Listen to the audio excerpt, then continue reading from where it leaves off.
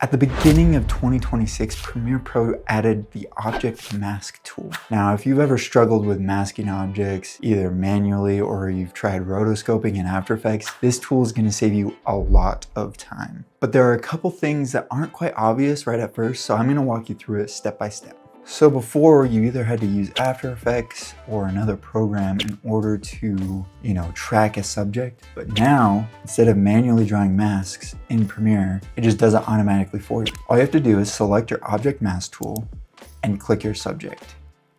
And it automatically generates the mask, like I said. It does a pretty good job, especially if your subject is in focus. However, if it doesn't quite get your subject right away, there's a couple things that you can do. You can lasso to add to your selection. So you just click and drag, and if you need to subtract, you hold the Option or Alt button and click and drag with the lasso to subtract from your selection. That way you can kind of clean things up or adjust it however you need. Some objects are more confusing to Premiere than others, so results vary. Now, when you first create the mask, nothing happens. If you look in your Effect Controls panel, you'll notice that the mask is unassigned. This is by default now. Now, this is a great feature, and I'll get to it in a little bit, but to activate your mask, all you have to do is click and drag it onto your opacity layer, and then it just cuts out your subject. Now, you'll want to go to the very first frame of where you want to start tracking your subject. If you hit the play button next to your mask, it'll automatically track your subject, aka rotoscope your subject out. This saves so much time, and it is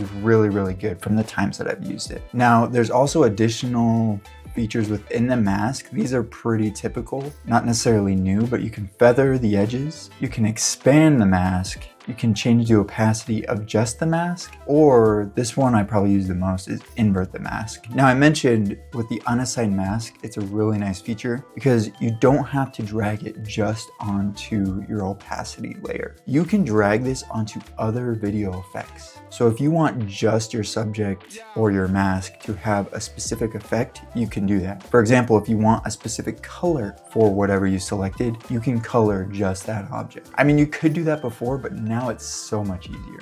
And it's not just Lumetri color, I'm just using that as an example, but you can do it with pretty much anything. Now, in previous Premiere versions, the masking tool was under like opacity or the effects. The other mask tools are with the new Object Mask tool. So you click and hold the Object Mask tool, and then it shows you your other options. There's the rectangle, ellipse, and pen tool. These are pretty straightforward. You use them like you would normally, and they also work the same in the Effect Controls panel. So you still have to assign those in order to activate them. This tool, I think, is amazing. It saves so much time, and you can do some really cool effects with it. Most video editors, I would say, use it to put like text behind subjects or to change the background of subjects, but your creativity is the limit.